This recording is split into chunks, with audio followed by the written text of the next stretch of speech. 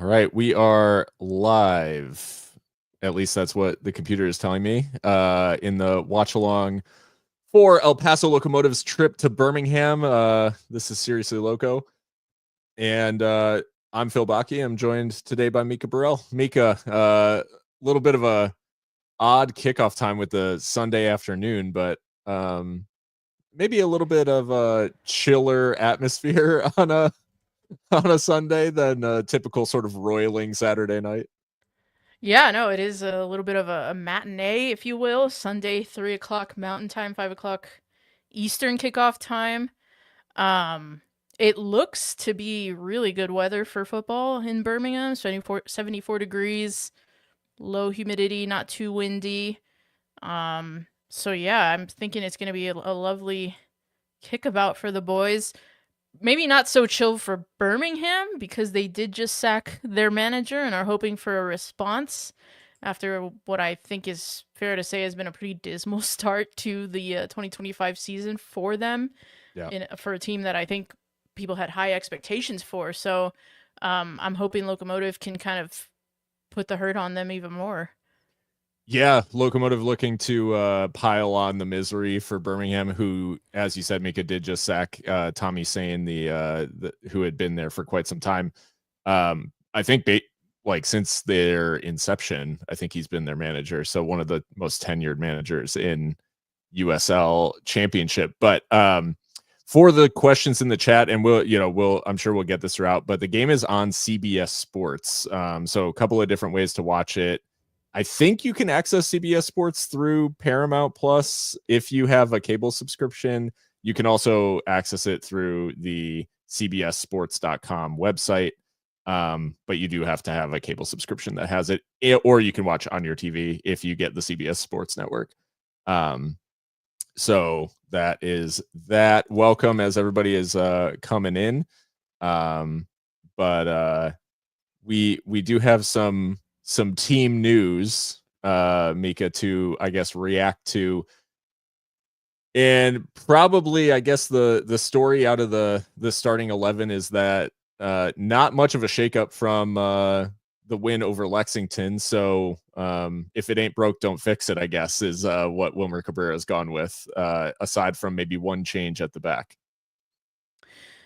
Yeah, I think Coffee Tumasi checks in for what I believe might be a first league start for him. Believe so, yeah. Yeah, so a little bit of a shakeup back there. Tony Alfaro still not favored after what's been, I think, a difficult start to the season for him. Also got a red card in U.S. Open Cup play, so a little bit of a different look there. But otherwise, it looks pretty strong and pretty predictable, I would say. I don't think there's too many shocks here.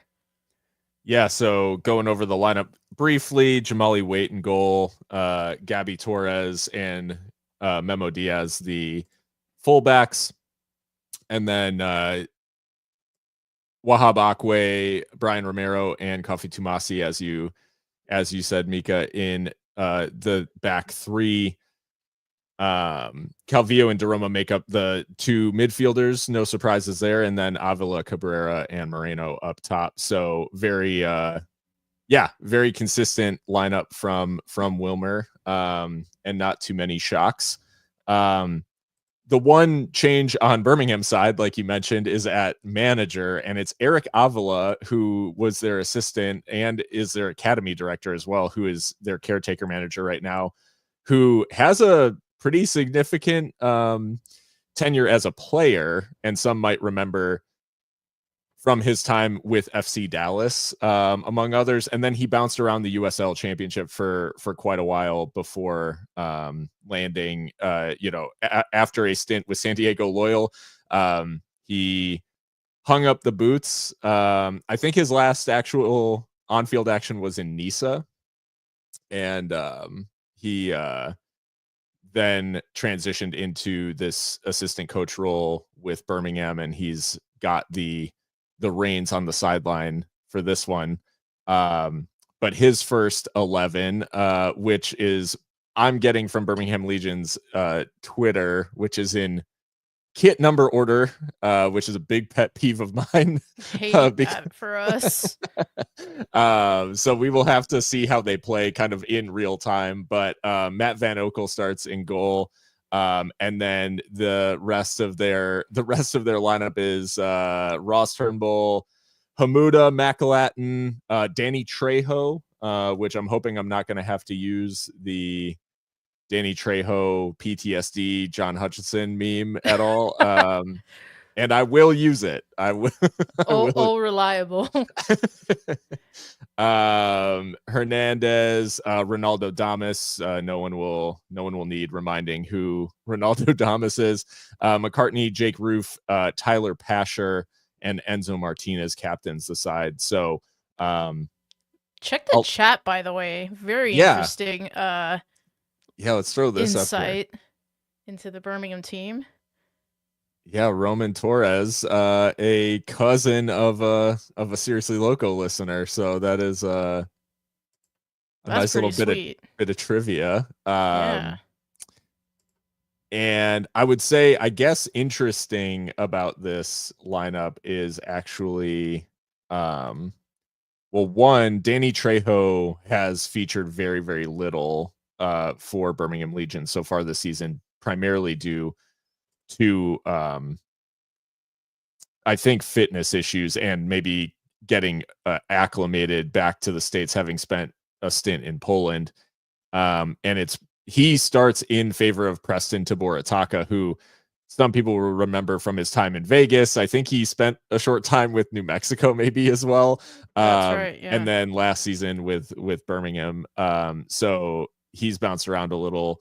But Danny Trejo comes in for him, who's had a rough start to the season and maybe emblematic of some of Birmingham's woes in that, one of their sort of prime attacking players who has played a significant amount of minutes, no goals, no assists. And Damas has been really carrying the water in terms of production. And just the 3 goals so far this season, from what I can tell, for Birmingham. So offensive production, a significant issue. And yeah, so 4 total goals, 8 against in their 4 games that they've played so far. So a very, very rough start for Birmingham, and sort of explanatory of why that we're taking on this side with a caretaker manager. Yeah, and Tyler Pasher too, who we know from his exploits with I think it was Indy 11, where he was very productive, got his move to Houston Dynamo in MLS, and then came back down to USL Championship level, and he's only had 8 minutes this season. So I don't know if he's just not fitted in the side or if there's been a fitness issue, but I mean, you would think with more playing time you could get a little bit more out of him. He's a veteran of this league and can certainly still produce at a high level, but they need some milk, Birmingham too. But let's not try to give it to him. Yeah, I think that there is probably a bit of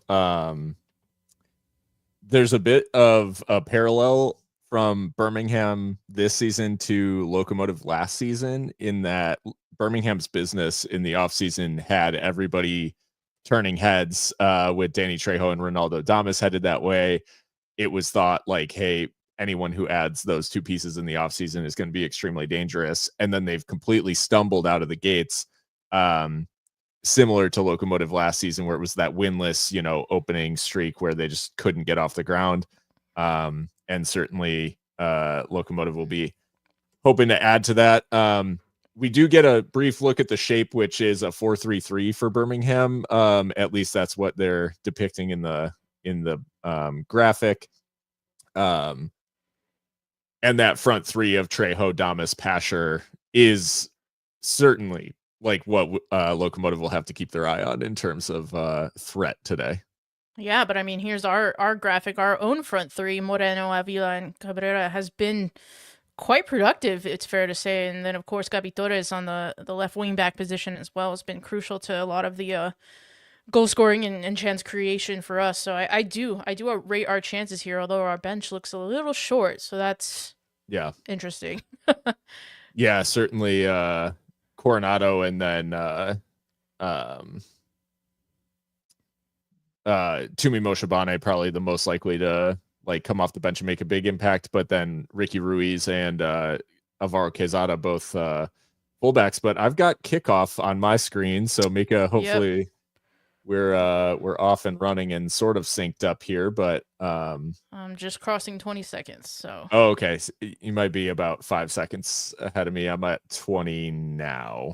Oh, yep. So we'll try to reference for those watching the live stream. Obviously, we'll be behind like where you're at if you're watching on TV. But we'll try to reference the time if you're able to sync up with us, and just to put that disclaimer out there that we will probably be behind the action as it happens. I'm at 45. I don't know if you're able to maybe just I'll pause at briefly 54. Okay, cool.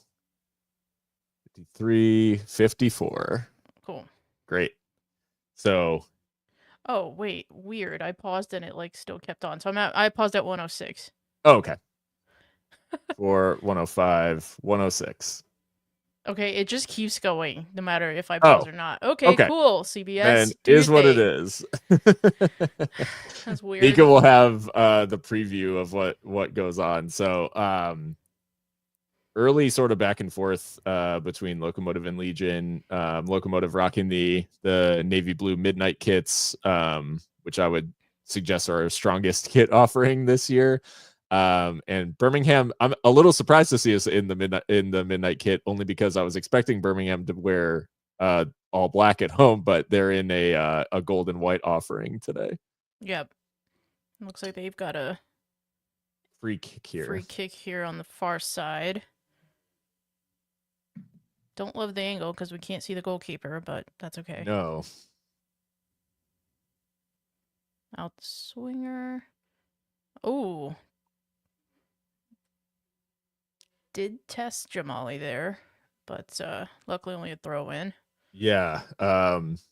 Not the best goalkeeping you'll see from Jamali Waite, I think it's fair to say. I don't think he was expecting the shot. No, and it sort of short hops him a little bit, so he's not able to get a handle on it, but it's just a throw for Legion, like you said, and they take it short and sort of misplay it, and it's out for a Locomotive throw. Speaking of not doing favors, with this angle, Protective Stadium in Birmingham, Alabama, quite a large facility, and I don't think it does them any favors because it looks empty as hell, and it's like quite obvious on camera. That's a pretty cavernous looking. Yeah, it's interesting too because like the middle sections are seats, and then outward looks like bleachers. Yeah, I want to say it's UAB's football stadium. I think that's right. Yeah, it's kind of interesting that it's like different seats. Yeah. I don't know. Yeah, it's a bit strange. Locomotive with a nice little spell of possession, really like the first of the game. We got to see Daroma stretch his legs a little bit there, which is nice. I think he'll obviously be important with Locomotive technically outnumbered in midfield, the way that we've lined up, but good break on. Yeah, Legion breaking. Wow, I'm surprised that was not a foul. I guess he did get ball. Romero lunged in there and BR7. Yeah. I do look forward to the day where he like makes a goal line clearance or something like that and hits the CU. It's coming. It's a matter of when, not if. Yeah. Run from it, hide from it. It arrives all the same. We're the only USL Championship fair on offering today, so maybe an inordinate amount of non-fan attention on this one. I don't know. Yeah. At least for those who are weirdly curious to see what goes on with Birmingham in the post-Tom Soon era. So yeah. Well, a nice cross in here. It was Memo, I think, who tried to play the ball in for Avila, who was storming in and cleared over the bar for Locomotive corner, which we know Locomotive are extremely dangerous from these. 10 goals from corners already, like between cup and league. Yeah, I asked the manager about that in the last post-match press conference, and he said, you can win championships from set piece situations. So yeah, we do work on it. We have the size, we have the strength. Why not? And that's fair enough, I suppose. I asked him, like, do you have any concerns with like the balance of like set piece versus open play goals, and maybe a perceived lack of creativity, but he really didn't seem to think that that was much of an issue or to address it really. So Yeah. I suppose if they keep flying in from set pieces, then maybe you're not too concerned, but I guess I don't know how sustainable that is, but yeah, it feels like it's one of those things that will inevitably like ebb and flow. And they are, the rate at which they're converting corners, which is like 1 in 5, is resulting in a goal. That is not going to continue. Like, that's just simply not gonna, that right. rate is not sustainable. But that being said, I do think it's an area where when Locomotive's been good traditionally, they have had threat from set pieces. Oh, offside flag against Armando Moreno, who, interesting interchange there between him and Beto Avila in terms of Moreno actually came inside of Beto there. Well, and it's interesting because they were both kind of like running the channel at the same time, and I feel Yeah, like that is high risk, high reward. I mean, you can definitely unbalance a defensive line with that, but also sure. might leave you exposed if the ball turns over. And Legion getting forward now, kind of showing where the gap exists between, as Pasher tries to put it into the middle and it's scythed away. I know that there's no love lost for keys to the game on Seriously Loco, but it does seem like for both of these sides, it's like score first and score immediately, because no one's really too concerned with keeping possession, rather trying to get into the box as quickly as possible. Yeah, it's sort of end to end. The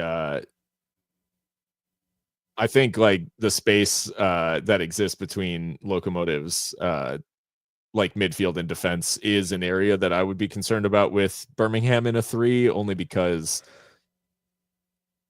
when they break like they did before, which luckily it didn't result in anything, that is space that they can just eat up sort of for free behind Daroma and Calvillo, who will inevitably have to be involved both in attack and defense. And when there are those transition moments, it'll just be easy to kind of get through them. So yeah, a bit of a tough I think that's one area where they'll definitely need to be cautious. Yeah, this is the start of a very interesting run of games for Locomotive. Obviously, they're away here in Birmingham, then they go to New Mexico midweek for the second derby of a very young season, this time in US Open Cup play. Then they go away again to Colorado Springs, and then away again to the Panhandle, if I'm not mistaken, to play Texoma in Jägermeister Cup action. So lots of travel for the boys in blue. They're not back at home until a derby, the third derby of the season on May 3rd. So, wow, that is a brutal April. It is insane. And in a month that started with a Hartford, Carson, California, El Paso sort of three-legged week. Which they got 9 points from. So right. You love to see it, but yes, it is a really brutal stretch of games. I guess you look forward to when it pays itself back, as I kind of thought that was going to be a foul given for Locomotive, but instead Pasher's getting forward. It's interesting because the next time we have a real like home stand is in late September when we're at home for 3 straight games. But besides that, there's only one other time where we have more than one home game in a row all summer. So only at the sharp end of the season. And I imagine it's Chihuahua's scheduling that probably impacts that pretty significantly, but probably where we play like a lot of home games in March before they really get going, and then a lot of home games at the end of the season once things are wrapping up. So yeah, a bit of a tough one for the boys, but they can kick this 3-match week off on the right foot with 3 points here in Birmingham, but long way to go.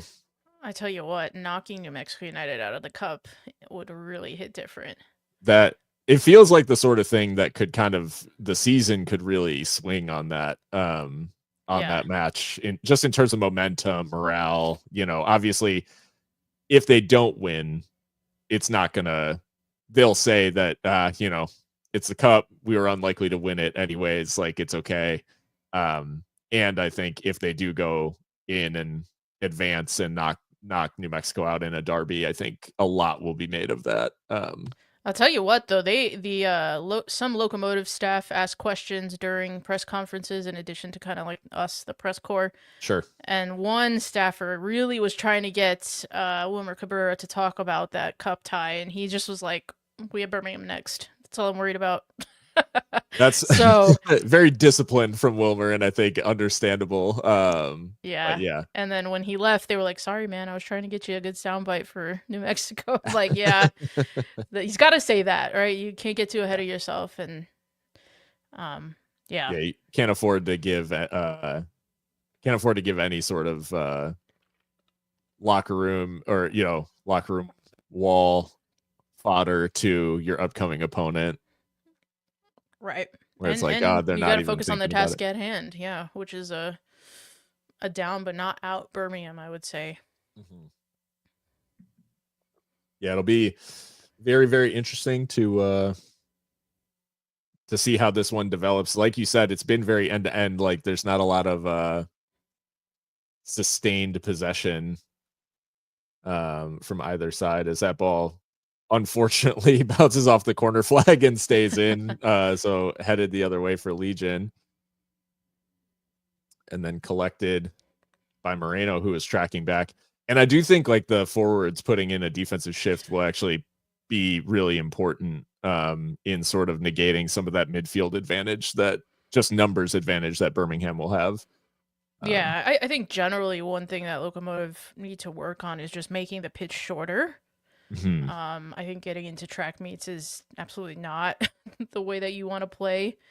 And I think they're doing all right with that so far. Absolutely. High ball up towards Torres, 1-2 with Moreno, but then cleared away by Legion. And now these are the areas where I just get concerned about Locomotive, and they deal with this one well enough in terms of holding Pasher up initially. We've talked about it on the podcast. Oh, and now they're caught again in possession. And luckily, a miss kick in midfield from the Legion midfielder leads to Locomotive possession. But those transition moments for Locomotive, when they lose the ball, I think if you look back at the goals that Locomotive have conceded this year, almost all of them come in that sort of game state of they're caught out of shape. Like we haven't conceded, to Locomotive's credit, we haven't conceded many goals in what you like the half court defense, if you will, like when they're settled and when they're being attacked in a sort of more traditional way. They don't actually give up very many chances at all, but when they're caught out of shape, as side down the right hand side, was that Memo? Oh no, actually, who was he? I think it should be a yellow card. It was Andy. When this should be a yellow. I think this should be a yellow card. Maybe not for the foul necessarily, but for like picking the ball up when it's called. Like, how is that not time wasting? Yeah. But yeah, free kick also, from a decent area. Oh, okay. I was gonna say at first the referee was like standing back at what I thought he was giving the position of the foul. I was like, is he really moving this back like 5 yards? Like, but yeah, very favorable position here for Locomotive. I agree that I don't know. I think the way he dove in, it probably could have been a yellow anyways, and breaking up a promising attack. So I think he's a little bit lucky to avoid sanction there. I don't know who it was actually from Birmingham who dived in, but I have their number. Bun. Oh, okay. Enzo Martinez then. Spicy character in midfield. That's a waste of a free kick. Yeah, too close to Van Okel, and yeah, you got to get it into that corridor of uncertainty. Didn't As they quite do it. say. That was a strange moment from Romero. Yeah. The diving header like out wide. If he gets that wrong, it's like It's a corner it's or a one-on-one. one-on-one. Yeah, like it was very high risk, low reward. Luckily, just a throw for Birmingham. Nice turn there from Daroma. Yeah, very nice. He does that so effortlessly in terms of like being able to break up pressure. It's that low center of gravity, right? Yep. Hashtag calves. Shout out Duke Keith. Shout out Duke Keith. How many people are on the stream? I'm not logged in. I'll log in at halftime, so I can't see any of that. We've got right now we got about 10 or 12 people hanging out, depending on when I'm looking at the number. So well, good to have you all along. Yeah. What are we drinking, chat? What are you drinking, Phil? I took a page out of Mika's playbook here. She's been really on an espresso kick recently, so I am actually partaking in a little concoction called an espresso tonic, which is a nice little summery, well, springtime, I guess a springtime sort of drink. And I wasn't feeling like a, I don't know, mid-Sunday cocktail. Like didn't really feel like it would hit in the right way. Sunday. Yeah. nothing like a mid-afternoon Palm Sunday drink. So yeah, opted for the coffee instead. Love it. What about yourself? Anything special? I was drinking a smoothie earlier, so now I'm kind of like full. Just water for now, but maybe at halftime I'll try to switch it up. How was the smoothie? Delicious. It's so hot here. Like it's like 90 degrees today. So damn. Yeah. That's crazy. It's fucking 48 here. I heard that like the Northeast / like Midwest, it's like cold today. Yeah, that's nuts. It's like even snow in some places. Luckily, no snow.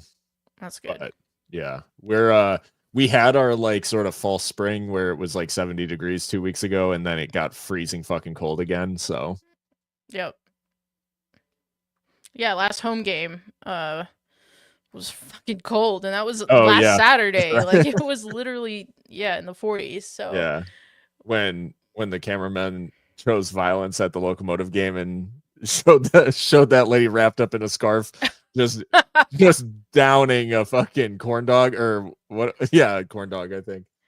Yeah, no, it was a turkey leg. Oh, turkey leg. That's what it was. Just housing a turkey leg. Like it was medieval times. She was trying to survive the winter. On some Game of Thrones shit. Yeah.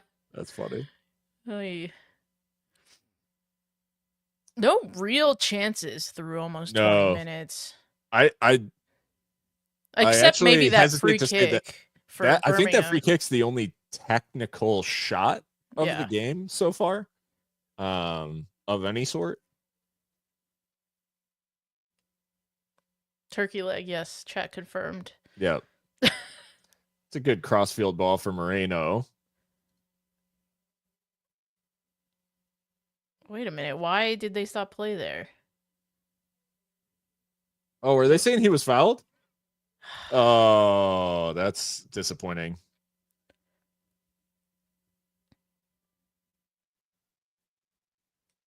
Commentators like speaking about the fact that Moreno and Cabrera have switched sides, but I don't think either of them.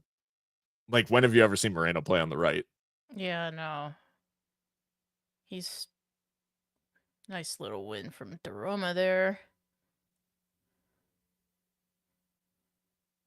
Yeah, that was really nice step. And I think like so Kobe Hernandez Foster, who's number 8 for Legion, him versus Daroma is sort of a bit of a matchup here, like the battle of the 8s, literally. but two very like sort of press resistant midfielders who can also contribute in terms of like passing range and all that sort of stuff. And I think if Roma can win that battle, that'll do us a lot of good just in terms of like where we have the ball and sort of overall position. But yeah, it was a very I think a poor refereeing decision to give that foul against well, I guess it was against maybe Avila, but Right. Roma's on the ball here.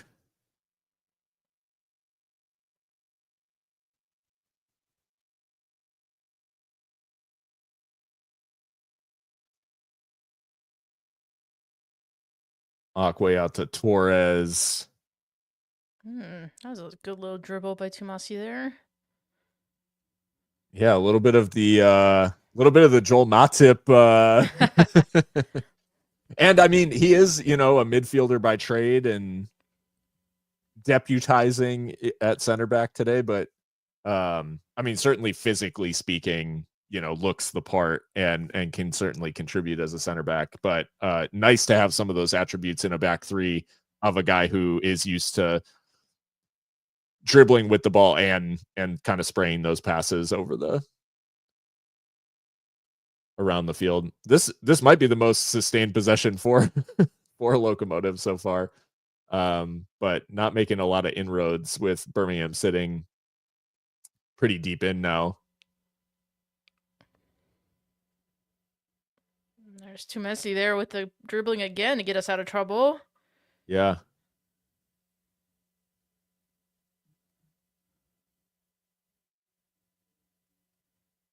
Moreno cuts inside, and then it's back out to Torres. Ooh, this is a good area for a free Calvillo. kick. Oh, very nice. Might have been a bit of a makeup call. I mean, Moreno is caught. This looks soft. Moreno is caught for sure, but it's not a lot of contact, and I think it might have been a makeup call for what was not a lot of contact when Jake Roof was fouled a couple of minutes ago. Oh, yeah, this is a really nice. I just like seeing us. 3 years is crazy. Yeah. I get the point though. Yeah. Point taken. Calvillo over this one. Surely the right foot, right? Yeah. This is actually a really similar position to where Alexis McAllister cracked the crossbar for Liverpool earlier. Into the wall, and then sprays it to the far post. I think it's a corner. Oh, offside flag goes up. Probably would have been a corner, but Tomasi was offside. He's lucky too, because he's getting pushed there. Yeah. That's a pretty tight decision too. A little bit tighter than I originally thought, because he does actually retreat before that ball comes in. Well, one up the field by Amano Moreno, and Beto Avila maybe wins a corner. No.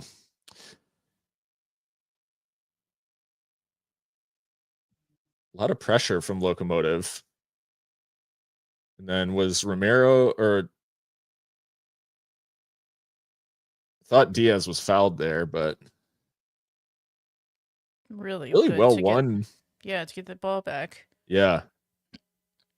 I think this spell the last couple of minutes, the game has taken up a pattern that I do quite like for us being on the road. Because Legion is trying to hit us on the break, but we're really not letting them out much. We're not letting them out, but I also wouldn't necessarily call this a low block. It's more like a mid block. Like they're not totally giving up on winning the ball in a good area, but I do think too, I mean, and maybe this is a bit of my own like bias showing, but I do think I don't think we handle getting pressed particularly well. So like I always like when teams are willing to sit off us.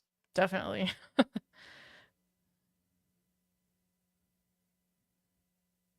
But the key is like they are looking to hit us on the break, and they have the players capable of doing it. So we just have to really react well in those moments when we do give up possession.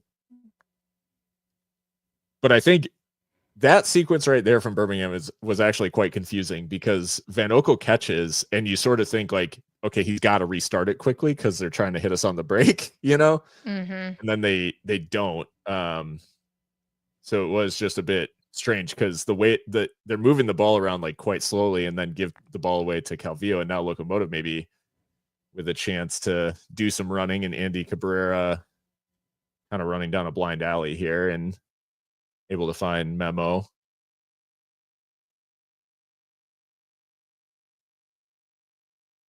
What a ball. What a ball. Moreno. Oh, what a pass. And what a finish, Andy Cabrera. Come on. And that is why he has remained in the side, to Tumi Moshaban's chagrin. He's had producing. the finishing touch. That ball from Amando Moreno should go up there with among some of the best assists we've seen probably from Locomotive. Also, he absolutely does the defender there. He's like, nah, he's not really gonna make that run. He's not really gonna time it well, and he absolutely does. Oh, and he leaves him. And the offside trap too. Just they did not speak, and they thought they might catch him off guard, and you like to see this celebration too. By the way, I mean it's when you see stuff like that, you're like, okay, the dressing room's in a good state. Yeah, there is a togetherness here, and it is 1-0 Locomotive, and from open play, and like good build up. They've had a lot of possession. They broke a team down. Like all of the sort of question marks that we've had about can this team, be assertive and be a team that can win when they're on top. Yeah, that's really, really good stuff. We have some we do have some opposing viewpoints in the chat saying the group prayer is cringe. It's Palm Sunday. Give them a little bit of a no. I mean, hey, whatever floats your boat. Yeah. I don't necessarily like care too much for celebrations. I just like what it says about the status of the dressing room right now, because it hasn't always been healthy these last couple seasons. Let's put it that way. Definitely some cliques and things that have formed in the dressing room in past seasons, but it seems like it's in a better place this year. Yeah, and it has been evident, I think, just in terms of the mentality, maybe, of the team being a little less fragile. I guess the Phoenix game notwithstanding, we have more or less like we haven't crumbled in the way that we have in the past, which has always been nice. And taking the lead just ahead of the half-hour mark, a big step for this Locomotive side. And now, you'd expect Legion to let the kind of take the controls off a little bit, but and try to get at Locomotive a little bit more as this run forward. We're doing really well in tight spaces today. Yeah. And I don't know if it's us or if it's like Birmingham just not knowing how to press as a unit. But I'll give the very well done down the right-hand side. Yeah. That ball out to Cabrera, a bit of a loose touch. Tried to do too much there. He should have just played it back to his help, but well, speaking about an hour gone. Speaking about the finish from young Andrew, is this ball through for Damas? 1-1. Just like that.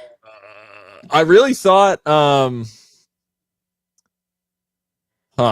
question marks on this one about the offside flag, I would say, but rough. Pretty muted celebrations here. Not to be the celebration commentary today, but it just noticed that. That looks, I don't know. I'd like to see another angle. That might be offside, but they're not pulling it back. It's tight. It's tight. I don't think that they do themselves any favors because Romero is actually forward of Tomasi and I think it's Diaz on the far side. And there's not a player that you'd rather have less in a one-on-one probably than Damas, or he's certainly up there with the players you'd want to see least bearing down on goal. That's really unfortunate to concede so soon after scoring the opener. Yeah, well, it's a good response from Birmingham. I mean, not a whole lot's gone well today for them, but Yeah, where it counts, they made it count, and that's why you sign guys like Ronaldo Damas. Scored so many goals in this league, and you always have to be switched on when you're defending him. But breakdown there for Locomotive. yeah.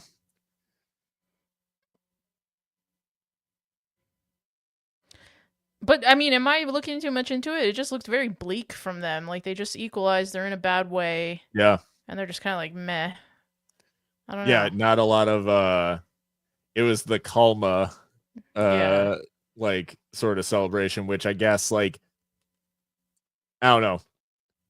To me, that's like the celebration of a team that thinks it's the better side and should be like doing the business today, where versus like what it actually is, which these are two like very evenly matched teams, or on paper, not Right. not in terms of results, obviously, so far.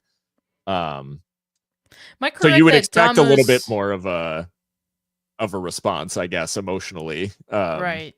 So yeah, bit of a Am I strange correct one. that Damas won the league with Eric Calvillo at Orange County? That is true. Yeah.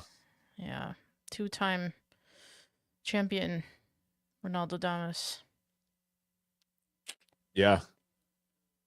Interesting that he's the journeyman he is. I mean, I think we know why post OC he was sort of tipped for like this guy's gonna go do things abroad, or maybe in MLS or whatever. And now they were making mention of the fact that he's on loan for the third straight season, which means Loyal, Colorado Springs, and now Birmingham all had him on loan, but I can't remember who his like parent club is. Hmm.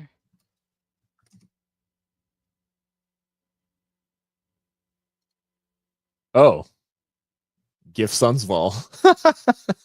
Oh dear. Forgot about that. It all comes back to Brian Clarehout. That's it.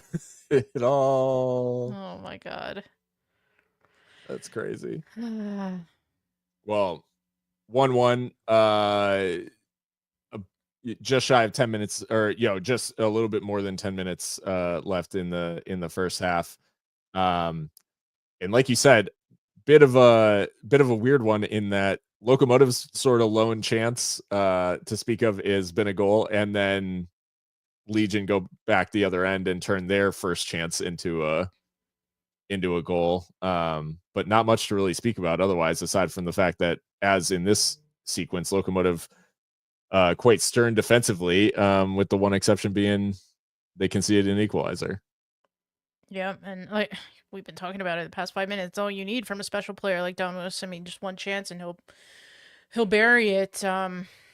So yeah.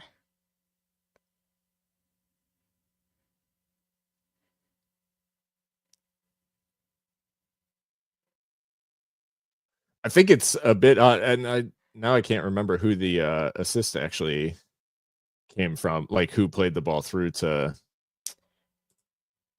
I don't know if it was Let's Pasher or. see if I can glean that here. Nice run forward from Gabby Torres. Looked like he was being pulled back. Looked like it was Yeah. the assist was from Steven Turnbull. Oh, Turnbull. Okay. Which I think Turnbull is their right back, if I'm not mistaken. So Correct.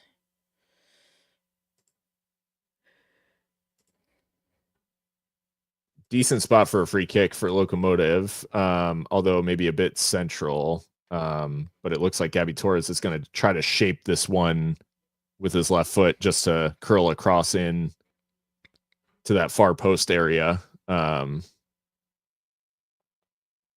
or memo over it as well. So either option here, right or left footed. It is Torres. It was Moreno who got the. I think that hopped up on him. It didn't look like he Yeah, caught it really well. got the volley wrong, unfortunately. And we've got a member of the Seriously Loco crew in the chat now, Christian Canales. So shout out to Christian. Think he's painting eggs with his family, so he's probably tuning in sneakily, I would say, at the function.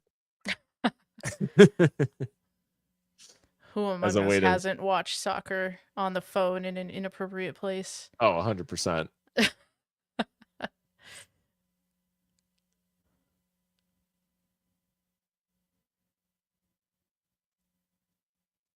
No judgment here. Nah. Big switch looking for Torres, and Moreno was trying to get on the end of it, but just got held up enough, and then Torres able to get back on.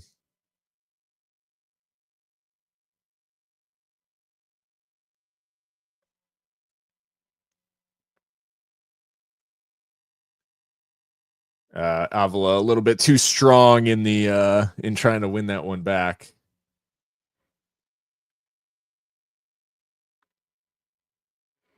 Looks like Avila's just given a warning of like next one's a card, which I'm like, Yeah, okay. basically his first foul.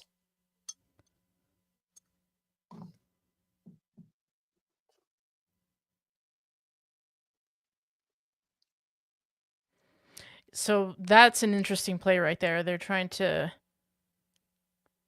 long ball to Go to Damos, knowing that Romero's going to be on him, and he does win that battle, but he needs to stay alive yeah. because now he's a target. Not the Masters. Yeah, that's bleak. yeah, that's rough. That's a very I think I probably only have one person in my like extended family who would actually like turn on the Masters, or maybe two. My brother-in-law and then my one uncle would like voluntarily turn on golf. Nah, see, my country club sport is tennis because that's Oh, still yeah. it's like classy, but it's still savage. Like you need to be a peak athlete to play tennis. Right. Yeah, Golf to me is just like no shade to anyone who likes it. I'm just like, this is this a sport? Like for real, for real? I don't know. I know it is. I know it is. I'm taking the piss, but nice little run from Gabby Torres, but couldn't get it to the feet of Avila. And then Daroma's pass out towards Cabrera is too long.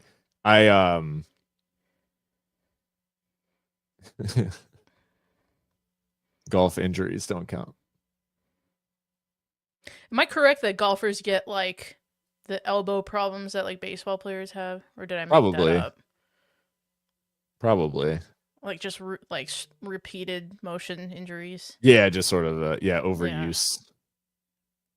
Yeah. Anyway, I don't like golf because I personally am not very good at it. So I'll fuck y'all up in some mini golf, but absolutely. I get competitive on the mini golf course, so that is also a sport that Erica has a lot of competitive sort of spirit for. Nice. Well, entering the 40th minute here, 1-1. Locomotive on the ball. Trying to press Frank DeRoma is like trying to press a ghost. Like, how frustrating. He just evades folks. Like, yeah. And he's not particularly pacey. No, he just changes direction so quickly. Like,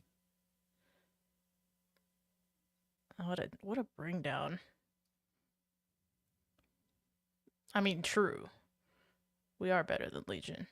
True. Yeah, that was a really nice initial take.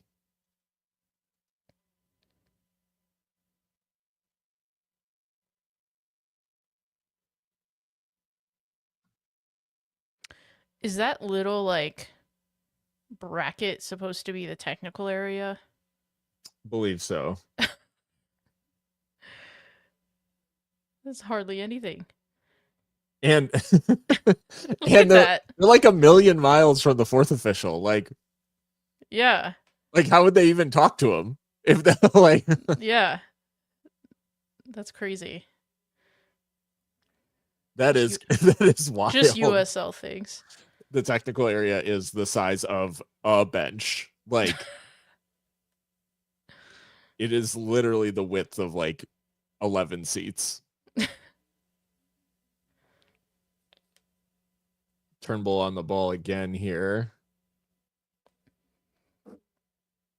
Good tracking back from Gabby Torres.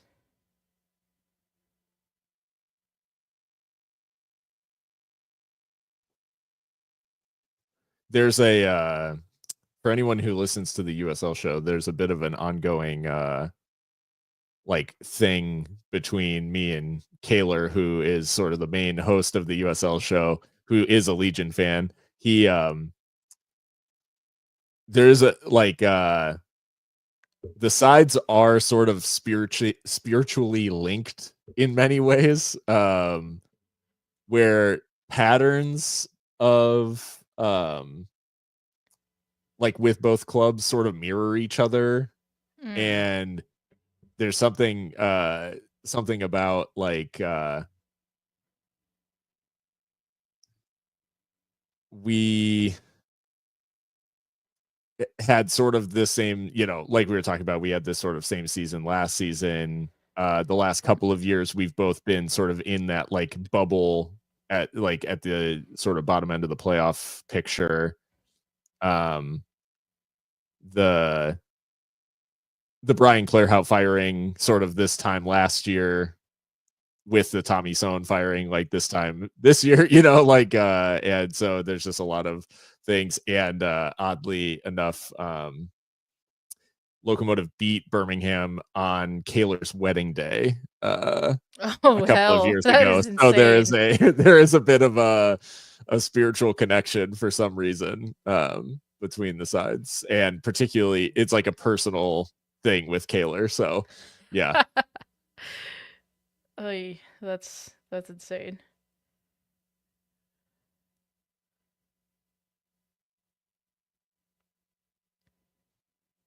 But 42.5 minutes have elapsed, and still nothing to speak of between the sides. And it looks like Locomotive may be a little bit content to try to like take this one to halftime. Like they've backed off maybe the last couple of minutes. Hernandez, Asher, back to Hernandez. And now maybe a chance for Locomotive to break. Moreno pokes it around the corner, but well seen off by Macalon, I think. Or Macalatin. What a name that is. You know, it's a wild name. There's a player for, I think, Sheffield United? Arblaster? Like that, like, be so for real. Where's that from? I don't even know. He's English. He's like a Sheffield boy. Ollie Arblaster. Ollie Arblaster. I just don't feel right saying it. No. But anyway. Free kick, but Gabby Torres staying down here, which I'm not loving. No, he did get trucked there. This is a really interesting challenge because they're like, is it shoulder to shoulder? And it's like, in order for a shoulder to shoulder to be fair, like you have to also be trying to play the ball. Also be trying to play the ball, but then there's like a little shove at the end too. Right. It's like, yeah. Because even if it is shoulder to shoulder, if you're only looking for the man, then it's not a fair challenge. Like it's not going to be a fair challenge if you just truck the guy in his shoulder. Now this needs a good ball. Yeah, we need a good delivery here. And I mean, suffice it to say that Memo and Gabby have been like unreal from set piece deliveries this season, but so far today, not as good as they have been, or we've come to expect maybe. Oh, they take it short. That's a choice. Yeah, this is. I think they're just gonna call offside anytime there's some kind of interesting Oh, free kick. I don't that's know. that's odd because I don't think that was actually that close. And now Wait a minute, Romero. that's not offside at all. No, What? He's on for like a good 2 seconds while the ball's in the air and yeah, then moves. Like, okay.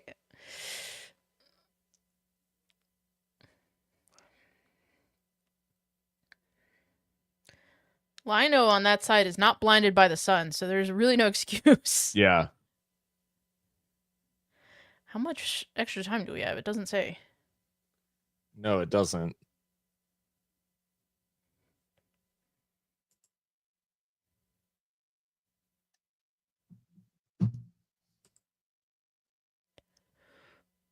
Hmm.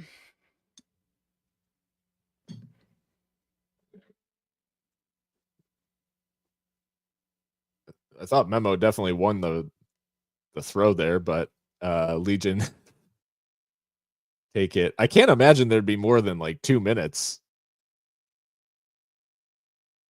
Like there really haven't been that many stoppages. Who's getting the yellow That card was here? a weird. I mean, Armando? it's got to be Pasher who's booked, right? Like, I think it's Pasher Okay. because Pasher. So Gabby goes to take the free or take the throw in, and Pasher just goes over and shoves him down, Uh-huh, yeah, okay. which is a. And then Armando is trying to retaliate. Okay, yeah, it's But Pasher. Armando doesn't really get involved, luckily. Like, I mean, he does. He runs over, but he doesn't actually do anything. So yeah, I think it's just Pasher who's booked. Wait, Moreno was booked as well? Come on. That's For crazy. He what? didn't even All do he did anything. was like talk. Let him talk. That's crazy. I hate when referees do that shit. When there's like a clear offender and they book both just because like it's an easy way to not get yourself in hot Right. water with like either team. Even though there was something that was obviously illegal that was done and another thing that was clearly not a big deal. Well, you called it 2 minutes. Yeah. Well, 1-1. Not a classic, I guess you would say, from the first half, but Locomotive probably disappointed not to have seen out the half because they took the lead through Wilmer Cabrera. Sorry, I'm dead naming him Andy Cabrera, and then they immediately conceded at the other end through Ronaldo Damas. So yeah, tough one to take, I guess, overall from Locomotive in that they were probably the better side for large portions, but sort of in that key moment, like switched off just enough to allow Legion back into it. Yeah, I mean, always good to score first, but then Legions responded well. They edged us in possession just a little bit, but we had more shots, so hopefully we can build on, our threat. I don't think we've made enough of the set pieces that we've been given, unfortunately. Yeah, I would agree. So I think something to think about there. But it's finally poised for the second half.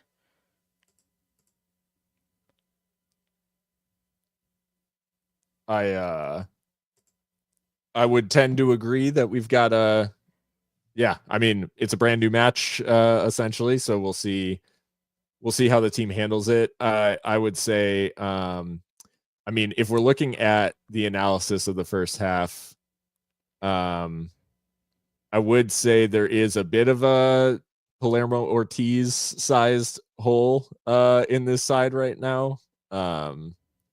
Which is tough because this is basically the first match, the first league match we haven't been able to make use of his services, I think, so far this season. Yeah, And there's been some questionable decisions from Brian Romero back there, and then I think Wahab Akwe has been like pulled from pillar to post a couple times. yeah, Not really sure when he should step up, when he should stay man to man or drop off. And I mean, no doubt Palermo's the leader in that back line. So without him there and a new guy stepping in, I'm sure it is a little bit discombobulating. But Mhm. surely we have enough to stay solid and hopefully beat this team. But yeah, I think you're right. Taking a look at stats wise across like the individuals, like rather than the teams. I mean, I guess team wise, like their one shot of the first half is a goal, which is really disappointing. But I guess also interestingly is I guess you would say lack of involvement from um the players that you'd most expect to be super involved for Legion. That primarily being Danny Trejo, who touches the ball 24 times in the first half and is 0 for 5 dribbling. Which is his main threat, really. Yeah.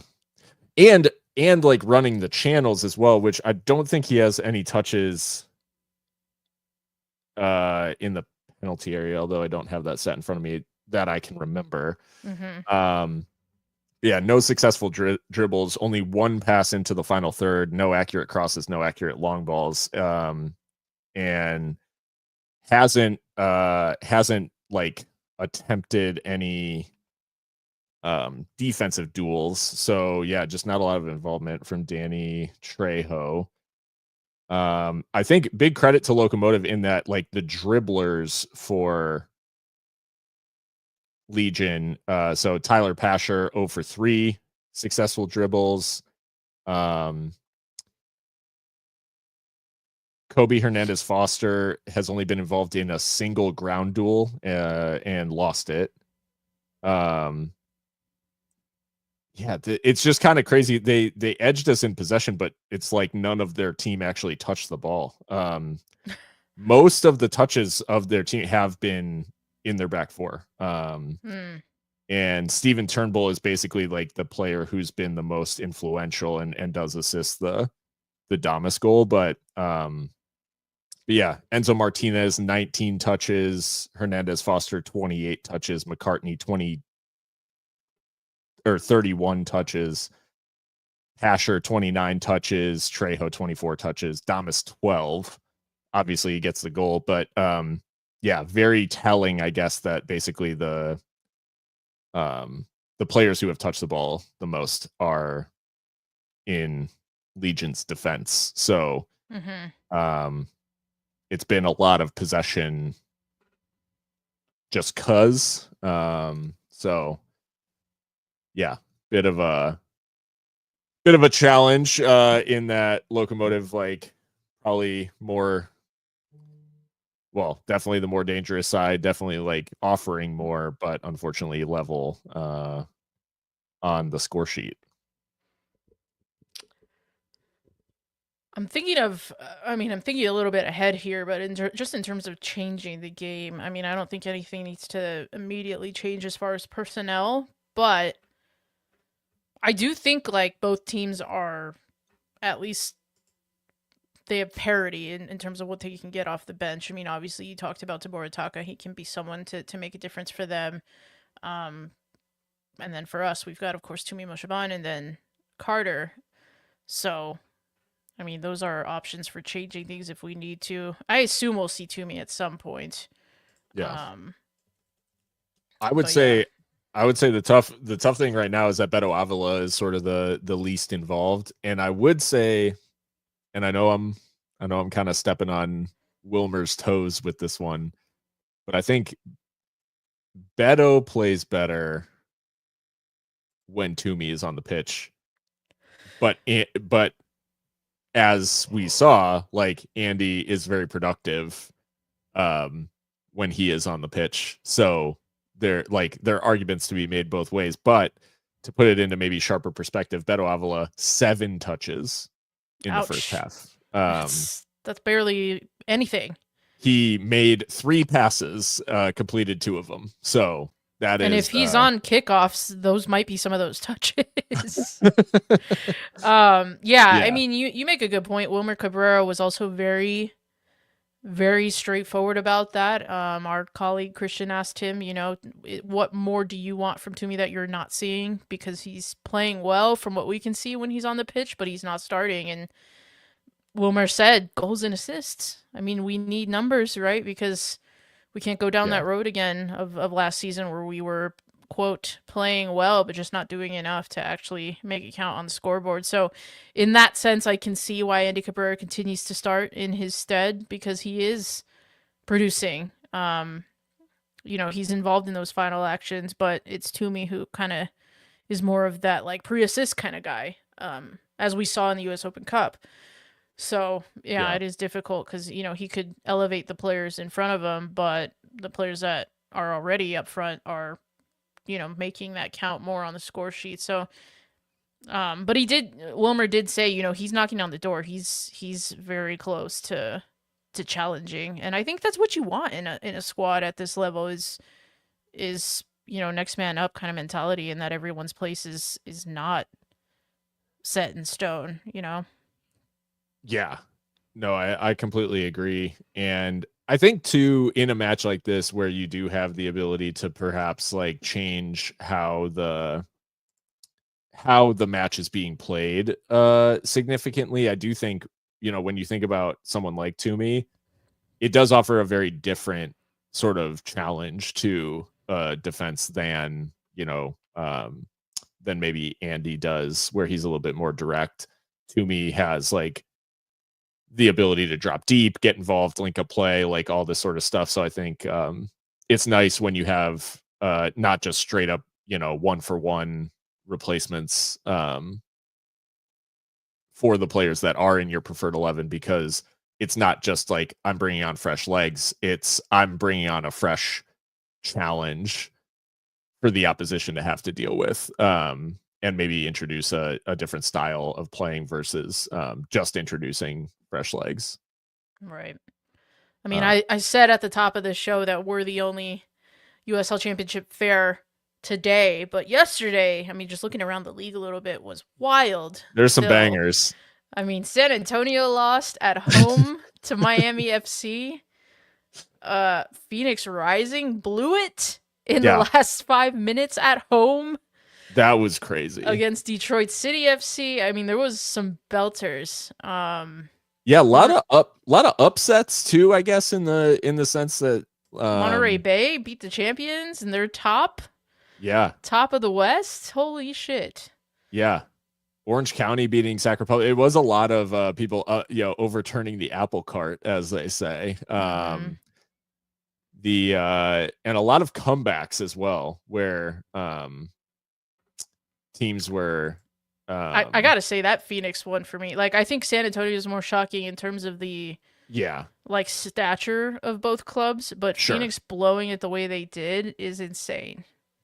That watching the highlights back is really crazy. Because the way the game progressed, like just from the highlights, it's very clear that Phoenix, they take a 2-0 lead. They're sort of seeing things out.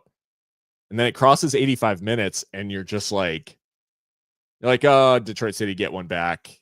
But I mean, surely if you're Detroit, you're thinking like, consolation goal. Or is what it is. And then they go straight back down the field and score an equalizer. And now it's like, oh, that's a really good point, from 2-0 down. And then the third goal, I'm not sure if you've seen the goals back yet, but I haven't yet. The third goal for Detroit City is a belter. And I think it was Cedeno who scored the winner in the end. But yeah, belter of a goal, sort of like cuts onto his left foot from the right hand side and just curls it into the far, like into the far side netting. And I mean, crazy celebrations from Detroit City's players. Obviously, like a dead silent Phoenix Rising stadium.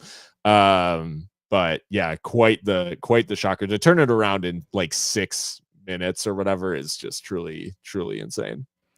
I mean, 1 win from 6 in the league for Phoenix. They've conceded the most goals, I believe, in the league. Yeah, in the league. Yeah. Actually, by a little bit of a distance. Do you think the pressure's on Pamodoka already, or is it like, no, we're rebuilding and this was bound to kind of happen with the growing pains, I guess? Yeah, it's tough to say. I mean, I think and apologies if my video is apparently getting choppy, but I think they're going to get a bit of grace for having such a young lineup, and I don't necessarily know that they like what the expectations were in the front office of this team, given that they really abandoned sort of the traditional, I think we talked about it, like they kind of abandoned their traditional roster building of like, we're going to go get the best players in USL and put them all on the same pitch. So yeah, I just think I think that maybe it's a longer term project.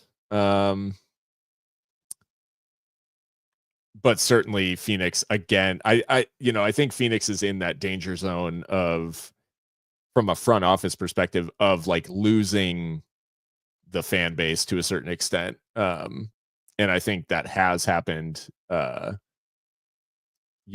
completely, but just based on online sentiment, like I would say it's probably pretty, it's gone pretty far in terms of like Phoenix fan, like them losing sort of the core fan base. And if they're not competitive again this year, or they struggle to like even get into the playoffs, I do think like they do run the risk of that relevancy risk, of like how long can you be poor, especially as a team with the expectations that Phoenix has traditionally had. Yeah. I mean, I guess talking of more shockers around the league, I mean, all Oakland had to do was leave their new big ass stadium to get a win in Tulsa. So still rooted to the bottom of the West, but Yeah. I mean, maybe they're finally getting it going. Yeah, absolutely. Absolutely, like weathered a storm of Tulsa's shots. Like Tulsa's actually been quite good. I think a little bit surprisingly. Tulsa's been good, but they also like don't do anything. Like they've scored 4, allowed 3. Like what goes on in FC Tulsa games? Like what happens? if a goal is scored in Tulsa and nobody is there to see it, like, does it happen? Right. That's what I'm trying to figure out. Like we're asking the existential questions here. Yeah, I mean they're obviously very solid. Only 3 goals allowed is wild. Especially in this league. Yeah. So good for them, I guess. I wonder if that's the best in the league. Could be. I know definitely the best in the West. But, yeah, just a crazy weekend in USL Championship, to be fair. It is. Yeah, it's a really crazy one. This weekend was definitely a lot of fun. Okay, they're tied for Louisville with goals against. So they're best in the West for sure. Yeah. With only New Mexico United slightly. Well, actually, Las Vegas, I don't think they've conceded too many either. So they might be tied with them. Yeah. Which is weird to say. Right. But, I'm seeing that we're about to get underway here in the second half. What about you, Phil? Yeah. We are getting ready for kickoff. Some reference in the chat to them turning the sprinklers on us, but I'm not seeing that. Luckily, they did earlier, like in the on the corner there. But I've kicked off. What about you? Yep, we are underway on my stream. All right. So just crossing 45, 10, 11, 12, 13. I'm still ahead of you, but that's okay. I won't spoil anything because apparently the pause is performative for CBS. So. And yeah, so the game is not on ESPN for those curious. It is on CBS Sports, which is accessible on cbssports.com as Locomotive try to get down the right-hand side, but ball's too long for Andy Cabrera. And we'll get back to our little bug here. Someone said it's on Columbia Broadcasting System.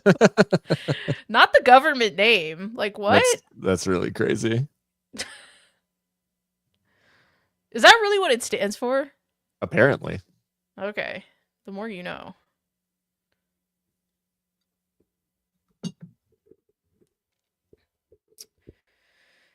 Come on, Locomotive. Yep. You go into the week with a dub, please. Right? Some early pressure here. I was left sweating all weekend because Liverpool didn't play until this morning, and then Locomotive didn't play till this afternoon. So it was obviously a lot of nervousness as Locomotive on the attack. Moreno for, I think it was, was it Avila? Yeah, Avila with the shot, but saved by Van Oekel. That was a really nice move, as Christian said in the chat. Really like that attacking move from us.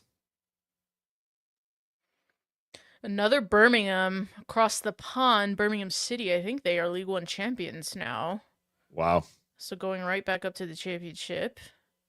That's good news for them because they were giving like full on crisis club, like tumble down to non-league, maybe like sort of risk last year, some of their accounts and all this stuff. So it's nice to see them bounce back up. Am I mistaken, or is Tom Brady involved in that ownership? I think he might be, which does make it difficult to root for them. Yeah, it is a little kind of giving like, nah, I'm good. Yeah. But yeah, I know. I think they've done very well in League One. So yeah, Birmingham Legion hoping to channel that, I think. Although it does look like Peterborough beat Birmingham City today. Yeah. In the EFL Trophy, which is sort of like the Jägermeister Cup, I guess, in that it only involves EFL teams and not there's no Premier League teams involved. And I think it might actually be League One down. I think it's or are there championship teams involved in that? I don't know. Is that the same as Papa John's Trophy? I think it's a Papa John's right? Trophy. Okay. Yeah. Or it has been. I don't know if it's something else now. Ooh, that is a insane free kick. Had Jamali scrambling there. Jeez. Oh, he does well to get to that, and that's dippy. I think it's a corner, and someone's come off worse for wear. Maybe it was Tomasi collided with the post, or no, Wahab, I think. Oof, yeah. Luckily, it's his shoulder and not his head, but yeah, that hurts. Took a whack there. Just didn't realize where the post was, unfortunately.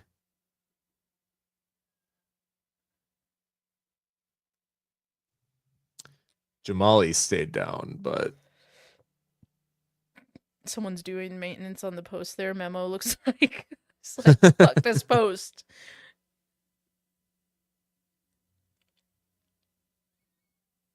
Yeah, he was backtracking something fierce on that one. Yeah.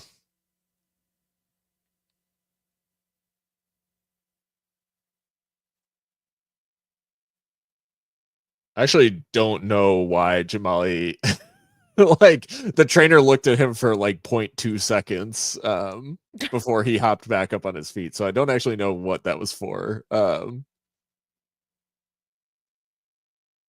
they are going to get a corner here. They've got a short option, and then a lot of their runners look like they're set to run, like make near post runs. So we'll see what they end up doing. It does look like Trejo will take it short, and then it's Foster back to Trejo. Goes to the far post. Wondering where the lino's at this time. Luckily, Locomotive come away with the ball, and Jerome's got options ahead of himself here. Man, he is just like, I dare you to press me, as Gabby Torres now getting forward. This is really well done. Into the center and just into Van Oekel's arms. Unfortunately, that's a That's a bit of a waste. Good run though. Very good run. Torres, I like, it maybe just couldn't shape to hit the cross that he wanted to there. I do wonder if Daroma can sometimes play the ball forward faster. Like he's so much of a water Carrier. carrier and a Yeah. tempo setter that like he's like, I'll keep the ball before I play something risky. I do like to see that out of him a little more. Yeah. No, you want to see those sort of Richie Ryan around the corner Mm-hmm. sort of passes, as that's a poor missed intervention initially by Wahab Akwe, but then cleaned up. But that's sort of the what you were describing earlier with the Wahab getting pulled out of position. It's like Yeah. if he doesn't win the ball there, it kind of leaves like a one-on-one with Brian Romero in the center. Yeah. And he steps up again here and doesn't win it. Gets it done. luckily, Yeah. luckily the coverage was on from Gabby Torres. Will the referee pull that one back? I guess not. It looked like Moreno was maybe fouled, but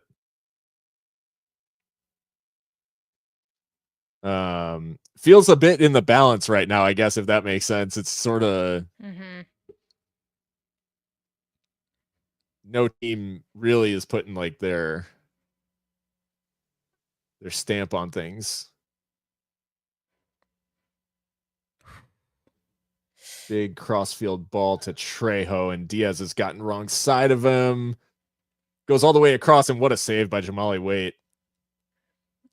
Man, front to back in a flash, Birmingham Yeah. Legion. That's a really good chest control by Trejo, who's really come out the blocks in the second half, trying to put his print on the game. And I didn't realize they had brought on to Borataka. Yeah, But, they did. That's what yeah, I didn't that's a good realize save. either. That was interesting because I honestly I would question if Damas was off. Like, as weird as that is, like the ball travels past Damas, and I think he might have been in an offside position, but he doesn't actually get to the ball. And it went all the way across to Borataka, corner to the far post. Luckily, Enzo Martinez not able to control that one. So They are trying this Olympico. Like, they are trying to arc this under the bar. Every time they get on the corner, it feels like. Or every other time.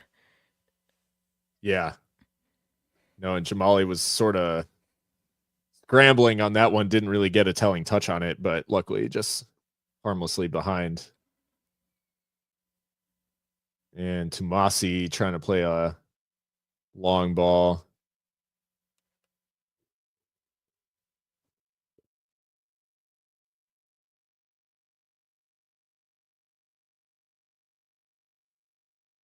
I am a little concerned about Locomotive maybe going like resorting to the long ball a little bit early. Man,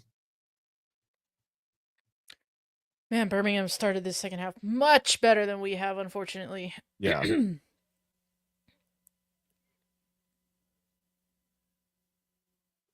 And for them, the long ball is like actually stretching us. Yeah. And our long balls are not doing anything to unsettle them. Unfortunately, as I think this can be given as a foul. Gabby Torres fouled there. Um, so yeah.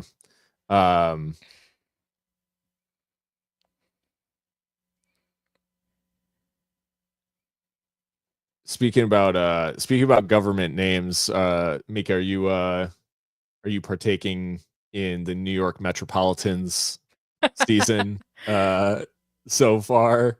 Yeah, casually following it. I mean, we've spent a lot of money. It's time to do something, but yeah. Legion play out of some trouble, and then yeah, foul given. I thought it might. Gabby Torres just a little bit late there on Borataka.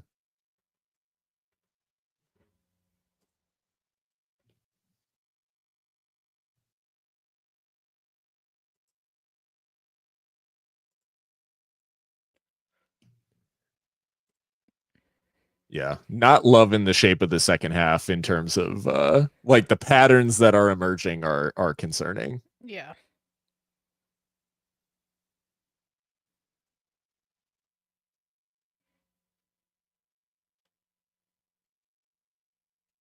Legion on the ball.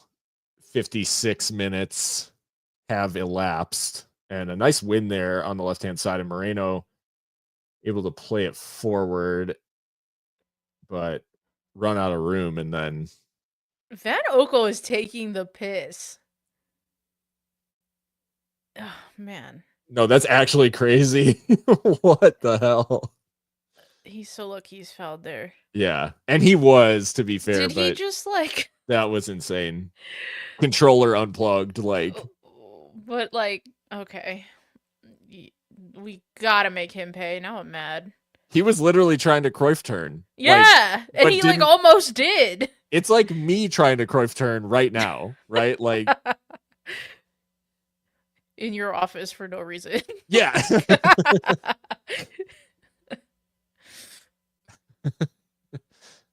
As I just end up on my ass. Memo Diaz down the right-hand side.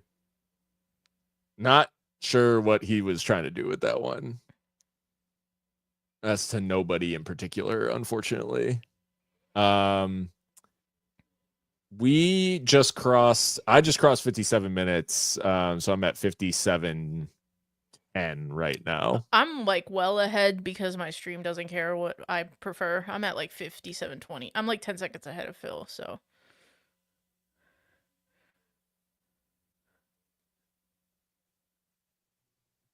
Throw in and played to DeRoma. And then Cabrera was trying to play it through, but luckily a loose pass from Enzo Martinez cleaned up by DeRoma. And Locomotive with an opportunity here to maybe get their foot on the ball a little bit. Man, Tabora Taka has been active. Yeah. Yeah, just all over Gabby Torres's loose touch, and luckily his touch was also not great, so it did carry over the line. But yeah, bit of a commentator's curse there with me saying like it was us getting our foot on the ball and then immediately getting pressed out of position. But like but it does show like the line of engagement and just how like when Locomotive do try to get past a certain point in that midfield, like they are getting pressed pretty actively. And they're not loving it. Diaz trying to find Moreno in a tight space and asked to do a lot on that turn. The Locomotive will regain possession. Calvillo and DeRoma exchange passes. Calvillo out wide to Cabrera. And those are the moments where I'm like, I wish you were to me. But Cabrera gets it back and rolled it down the line too much on it for Avila. Those are the moments like out when he's sort of isolated out wide. It's like you just aren't that guy. Yeah. And it's not against him. It's just like stylistically, he just doesn't really have. He's not gonna beat anybody one-on-one, or his strength is his running and like the runs he makes, the timing. His finishing is obviously good, right, but not super strong when he gets the ball to feed and has to kind of create something.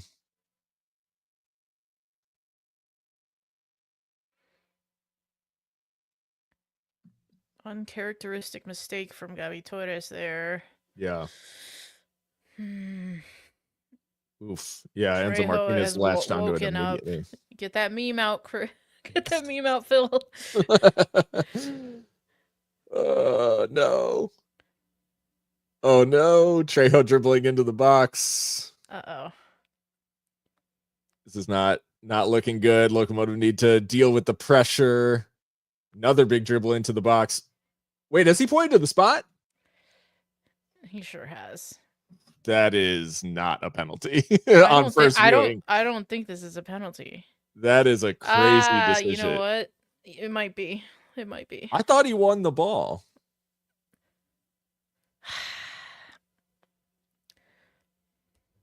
Ooh, I mean, this wins the ball. You can't really see the touch from that angle, Yeah. but I can see how how he calls it in a VAR Yeah. list I league. just Oh man, that is a bad penalty concession on 61 minutes. And Ronaldo Damas from the spot. He is very good. Converted pens in all sorts of situations.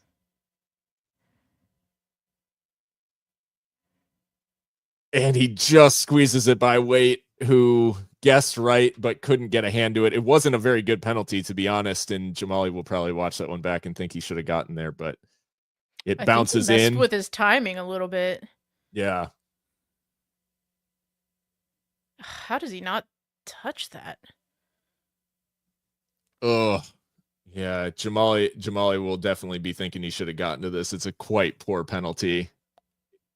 It literally just bounces over his arm, I think. It's like it I don't think it actually it's tough. I think it's a harsh penalty.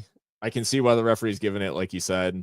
I do But it was think Brian Romero coming. wins the ball, but it was all about not being able to deal with that pressure, basically. I mean they've been dominating in the second half, so eventually there was going to be a bounce for them Yeah. that goes their Worth way. mentioning that they also didn't mention that player coming on, which I don't have. The guy who wins the pen is Moses Mensah. Mhm. Um, which also didn't notice that he came onto the field. So, so they are not doing us a whole lot of favors in terms of announcing substitutions, but at least graphically, I should say. Right.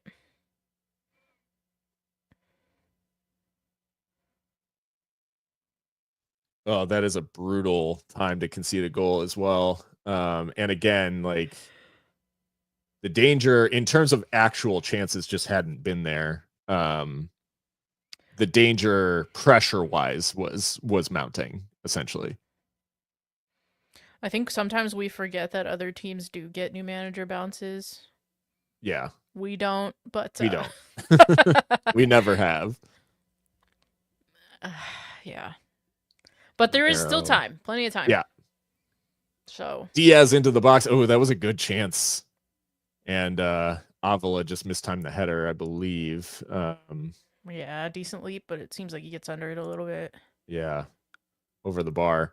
The only thing that's giving me a little bit of hope is calamitous defending in the Liverpool game earlier led to a West Ham own goal between Andy Robertson and Virgil van Dijk, and then Virgil scored the winner in the 89th minute. So, maybe Brian Romero can go and BR7 redeem save himself. us. Yep. I think that's definitely a Locomotive throw. Yeah. Or, free kick was actually given. But yeah.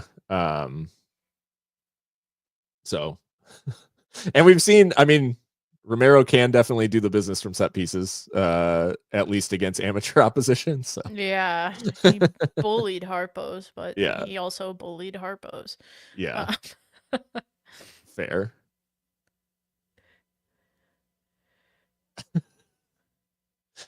I want to say, this in the chat.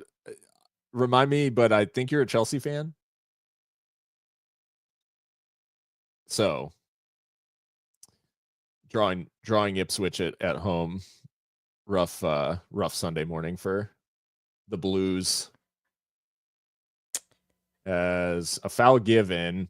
Okay, the one thing about the soft penalty concession that could definitely work in our favor is I think we are going to get some credit with this referee, because I don't think this is I thought that this was borderline. Man, Enzo Martinez, he's on the scene every time. Yeah. I guess he's the captain, right? Yeah. Okay, He fine. is. He is. Yeah, Diaz down in the aftermath of this one, and it looks like again it'll be sort of a decision between Gabby Torres and Memo Diaz for the delivery. What are we thinking? Near post run? Yeah, I like the in swinger to the near post. get a flick on. So the scorebug clock is still going, but the stream is The paused. stream has stopped. Yeah, that's fucking awesome. Love it here. Which suggests it's a CBS issue. Now we're looking at a line on the grass.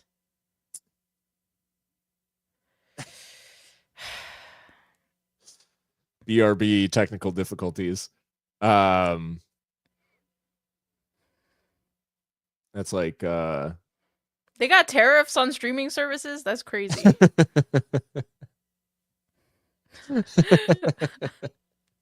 This signal is actually being imported. It's going into Canadian airspace.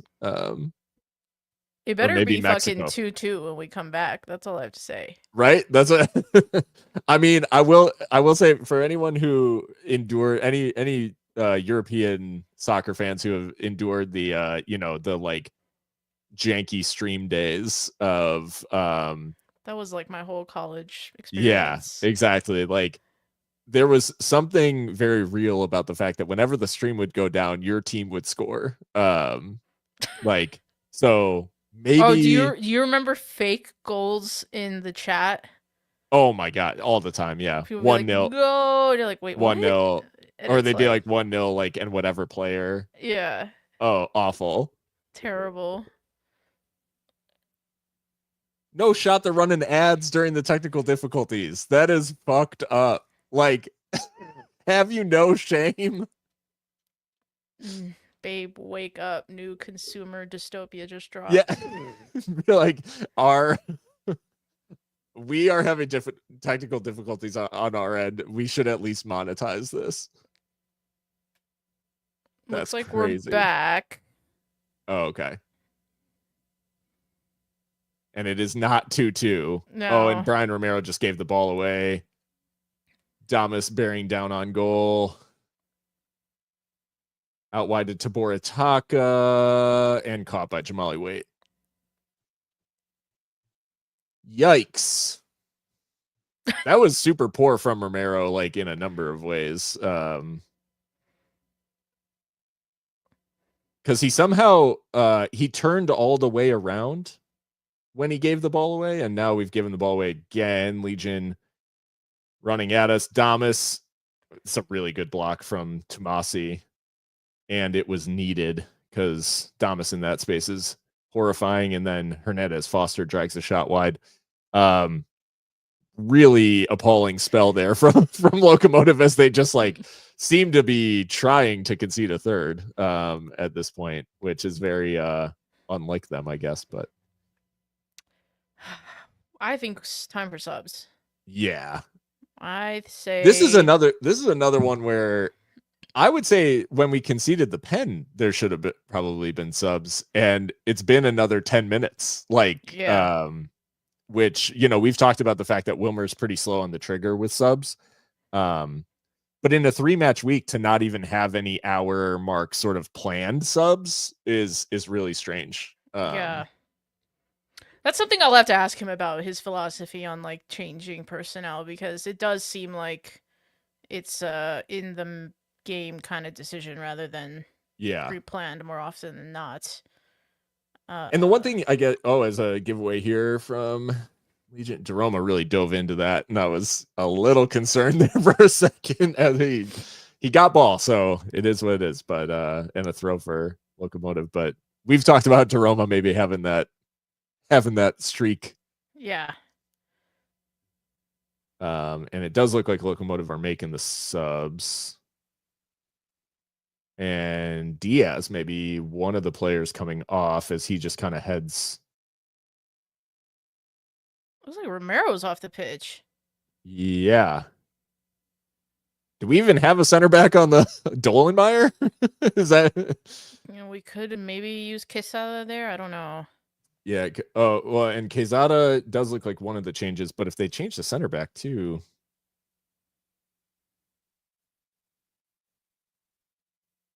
So, yeah, Memo Diaz went off. Pourquoi? And Brian Romero came off. Okay. But for who? And what is going on with this camera work, by the way? I feel like we've been in this half of the pitch for like forever. Yeah.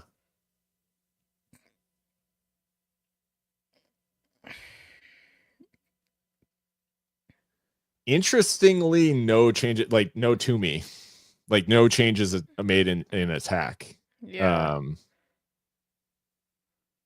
Which, you know, anytime that you're trailing. So I think Robert Coronado came on. Is that him? That looks like him. Was he 30? Yeah, he's on. So he came on for someone. Yeah. I wondered why I thought Emre Can was playing. And then Quezada came on for Diaz. So it must be that Quesada is the new center back? I don't know, man. This is weird. This is weird. I guess it's a back four now. Did we shift? I guess we just shifted. Yeah. So we went to a back four. So it's kind of like a 4-4-2 now. Yeah. Okay. Yeah, it's like a 4-4-2. Amando kind of is a winger now. Interesting to have Tumasi in a 2. Yeah. Just with him different traditionally ask. not being a center back. Locomotive winning a throw here. I guess you do wonder like how long, and maybe this is because they're essentially playing a 3, I guess, in midfield, even though it is not really it's not a 4-3-3, but it is sort of ball forward here. I think the flag's going to go up probably against Cabrera. Oh no, it hasn't. And Jeroma was involved, and Cabrera asking questions about whether he was fouled. Referee not interested, and then Legion now going the other way. Torres did really well there, just to jockey for position. I think Pasher was asking the question about was there a foul on him, but I think that would have been extremely soft if they had given for that nudge. Now Calvillo. I'm on my knees for a draw. Come on. Can we not kickstart an opponent's season for once? Right. We are very charitable in that way. Yeah. Quezada. It is interesting the amount that our fullbacks invert with the ball. Especially Torres. Yeah. Yeah, Daroma is sort of playing on the wing with Coronado's introduction, so it is really a 4-4-2. Odd deployment of Daroma, I would say.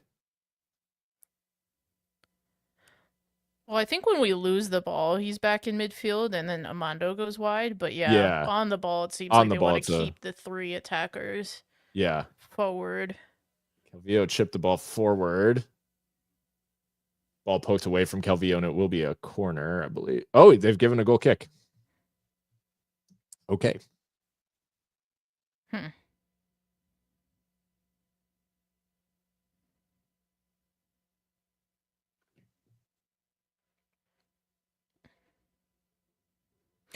It's going to be really crucial going forward not to lose the ball cheaply because we're committing a lot forward trying to get the equalizer. And we don't have the shape anymore to sort of rely on in terms of like having 5 at the back that we can. Coronado really loose touch in midfield and luckily bailed out, but that is not a foul. Oh my god. Oh, little tug of the shirt, but it's one of those where it's like, did the tug actually do anything? Yeah. Where it's like, I think referees and the assistant in this case like sees the pull of the shirt, but I think now even right, it's like the triangle forms, but at the same time, like the momentum has to be affected, right? Yeah. For it to matter. So, because Avila, I think, lets go long before it actually impacted. So.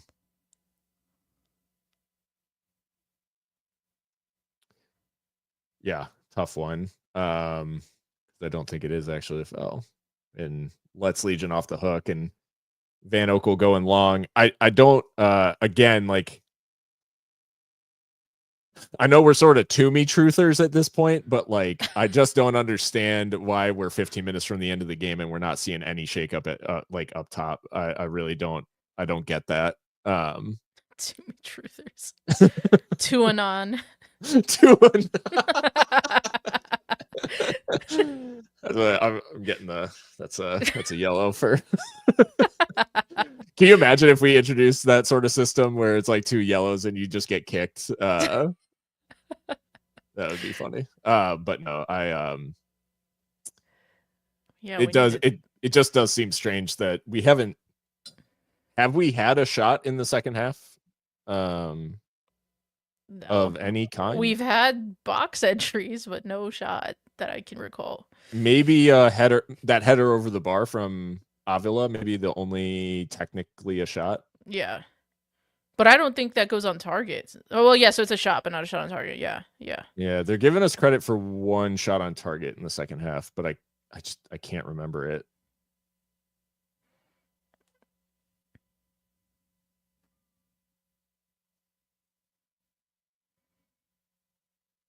I mean, fair play. We're not trying to just like. Oh, certainly not. No. But it's just so like when you get into these positions, you can get so done on the counter because there's so much space. Right.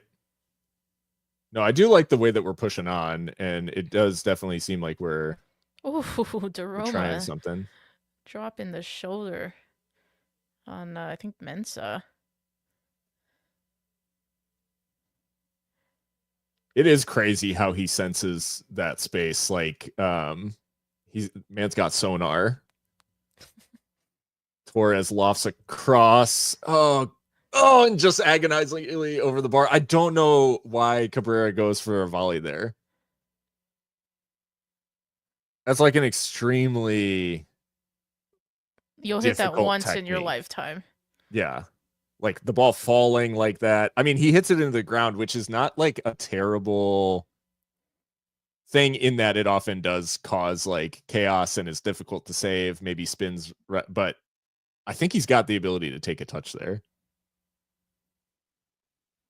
And now Legion, bit of a lunge from Torres, but luckily doesn't cause a hit. Damas onto this one, into the box, over the bar. Tomasi did really well there. Yeah. Akwe, not so much. No. Yeah, Akwe again, just getting sucked under the ball, like, and not winning the initial header. This is a nice ball into space here. Calvillo making a nice run. He lays it into the center. I think Moreno probably would have been offside anyways. He looked offside, yeah. I'm not sure why Calvillo played the pass. like not just because I think Moreno might have been offside, but because I think Calvillo could have like invited a challenge before he played that pass. Yeah. Not to mention the Calvillo take that shot, please. Of you have amazing technique and like could maybe force at least a save into a dangerous area. Right. Rebound. Yeah.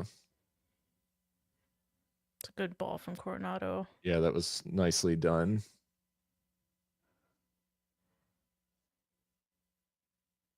When Coronado has time and space on the ball, he is really good, but I think the press resistance is definitely where he maybe struggles. Is Quezada just headshot? I can't even see who it is from Legion. Might have been what's his name? Enzo something? Oh no, it was Tabora Taka who had come all the way across actually. 10 minutes to go, guys. Yeah, 10 minutes to salvage something. Which obviously, anytime that you took a lead in a game, it would be extremely disappointing to not come away with something. But the way the second half has gone, like Birmingham definitely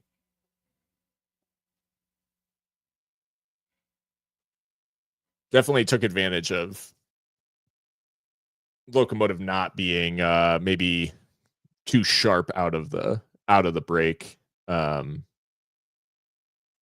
the changes, I think the changes at halftime for Legion made a big difference in particular. Yeah. Yeah, they didn't waste any time. Yeah. I don't know. I think you just need a touch of quality. I mean, Yeah. I'd be bringing Toomey on probably for Andy. Yeah. Maybe Avila to stretch. I don't know. Was Calvillo too unselfish on that last opportunity? I mean, hindsight's 2020. I would say, yeah. Yeah. I get why you want to play in Moreno making that run ahead of you, but when you've got that sort of break, the key is to get like defenders to commit. And I think he left too many. There were just too many defenders still involved, like when he made that decision to play the pass. Agree. Where if he takes it takes another touch or takes on a shot, you basically you're either forcing people out of the play or forcing someone to make a decision. It's now Legion getting forward again. Akwe, really well done again from Tumasi. I mean, he's been standout. Akwe better be paying the bar tab tonight for Kofi, because he's bailed Wahab out a number of times now in the second half. Yeah. On his first league start, to be the standout in that back line is impressive for him, but says a lot about those around him. Yeah, unfortunately. Yeah, Romero had a stinker, gets hauled off. Penalty concession aside, I think Romero did not have a very good game. No, just too much weird decision making. And you know what? He's only 22, and 22 for a defender is like nothing. Jamali Waite collects that ball in the end. Did I see a handball in there from the referee? I'm being dead serious. It looked like it came off his hand as they played that crossfield pass. Anyways, but no, I think you're dead on with Tomasi, and yeah, it's not. Yeah, with Romero, not a great look. Nice little. It looked like to be a nice little interchange down the left-hand side, but I think that leaving the ball for Torres was maybe asking a lot of him, rather than playing a pass into space for him. But Locomotive just over like 6.5 minutes to try to, plus stoppage time, to try to find something here. And it looks like, has Ricky Ruiz come on?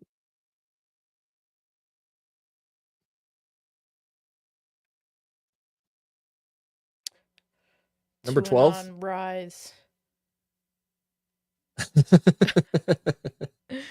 Wait, did Toomey come on? No, I don't think so. Oh, man. I'm saying, like, we fight back against this erasure of our South African king. Right? Oof. I feel like, did Ricky did come on, right? He's number 12?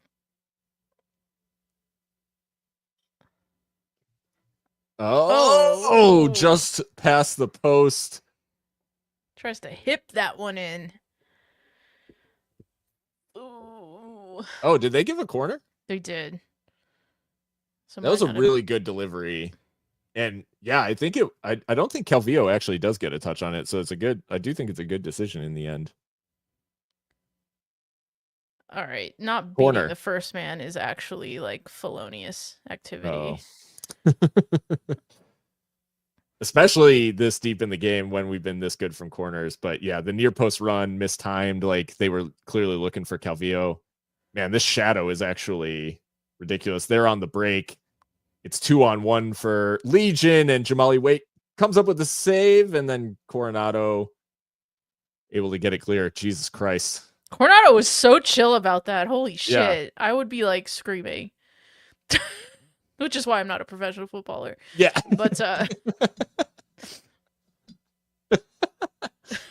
just picturing that now, like, just absolutely wailing. Ruiz That's a good ball forward for Torres. Pulls it back, and it was just clipped away. And Legion able to boot it clear. Akwe again misjudges the header. I know. And now Damas is on the floor because he's like, I can't believe I didn't win the ball off this bum. Now I gotta act injured because anything else would be more embarrassing. Oh, and now they're stopping the game for it. And two more changes for Locomotive. But NDI better be adding all this on. Yeah. He is pointing to his watch, so... That's such a good save from Jamali, just cutting down the angle. Yeah, that's an unbelievable save. It's exactly the sort of chance that you can concede in these sorts of situations, right? Like where all given away, you've committed all your numbers forward. And yeah, lucky for Wahab again. Like he's not been punished yet, luckily, which is good. But yeah, not a banner day for Locomotive's back line.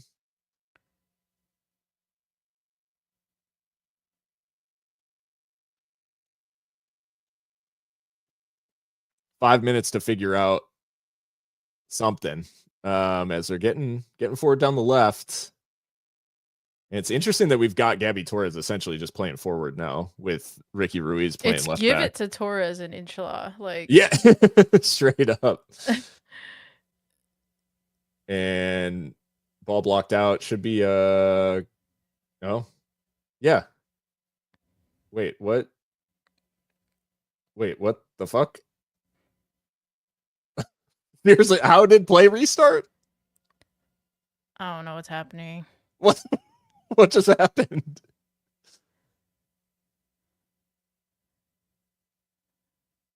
It's like a wild card second ball introduction.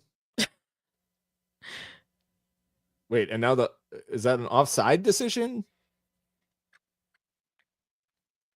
This is very odd. Yeah, it was. I think it was like foosball where they just dropped the ball in the center. Absolutely. That's what it felt like, where all of a sudden the ball was just back in play. I was like, surely it has to be a goal kick or a corner. And somebody just said, nah, fam. I understand that we're trying to get the ball into the box, but like spamming crosses like this is just like 50-50 whether you're going to lose the ball or not. Well, and we're spamming crosses into Amando Moreno, Andy Cabrera, and Beto Avila, all of which a combined height of like whom are short feet. Kings. Kings, but short ones. Yeah. Like, we do not have an imposing figure in there. Like, I would say even if Frank Lopez was involved, like our tallest player is the one spamming the crosses. Like, guys, like, can we be so serious?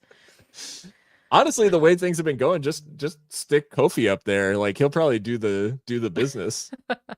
And Avila does have a leap on him, to be fair. But it's just like, I don't know. Yeah. Wilmer giving the referee some stick.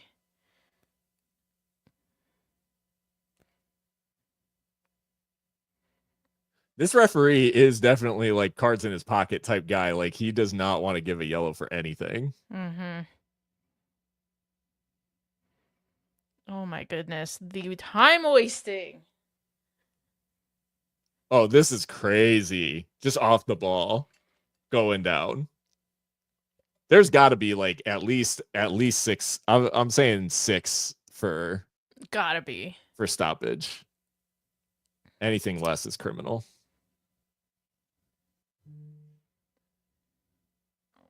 Got Christian with the shout for 6 at least as well. Mm-hmm.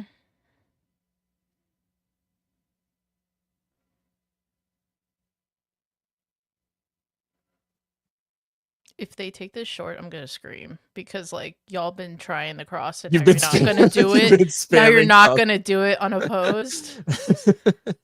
When they have to stand off. Yeah.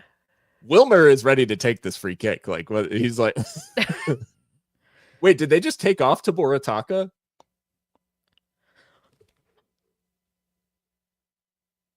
Oh my god! Are you fucking kidding me? Okay. Cross in, Torres, near post header, and Oh, was it over the line? It's off the bar. Do we think that went in? I'm not too sure. Oh, it didn't. I don't know. It didn't look like it to me in real time just by the way the ball bounced. But wow, and now one of our bench is getting a yellow card. is this a Frank Lampard moment? Was that Daniel Carter with the final touch? Or the goal bound touch? Still don't know how much time's been added on. No, I don't know. Like, this is vibes based broadcasting. They don't announce substitutions. They don't there's just nothing going on here. They're just giving you a sense of, oh, why are we taking a short corner? Please prove me wrong. Header back in, headed away. And now Birmingham looking to break. Oh, well done from Daroma. And cross in, Carter again, but straight at Van Okel.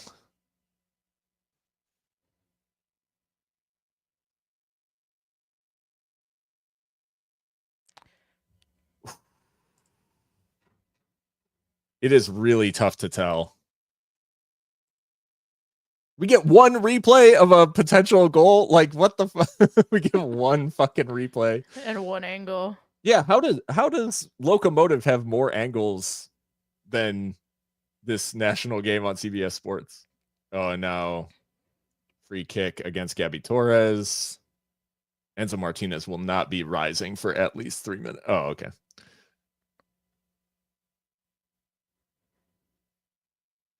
I mean, Daniel Carter has added another dimension to this game, but it's too late. Yeah.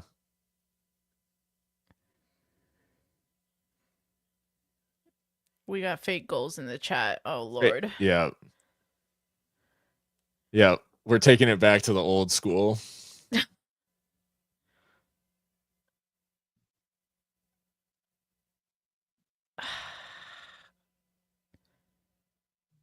Or is it a fake goal? Well, fuck.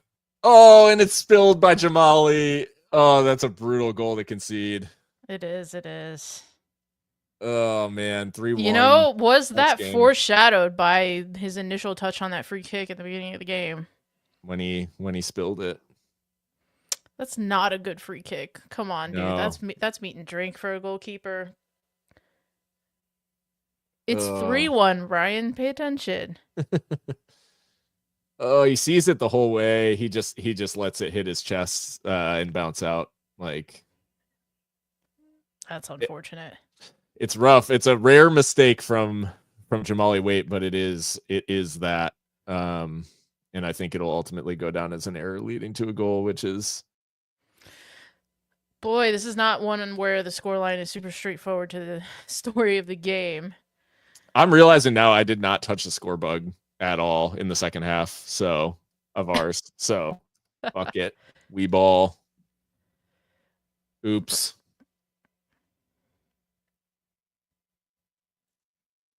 Yo, Brian in chat, he's lost in the sauce. Get you some FOT mob. Oh, he got banned. I just put him in timeout. I didn't ban. He's in the sin bin. He's in the You got to go in the penalty box for that one.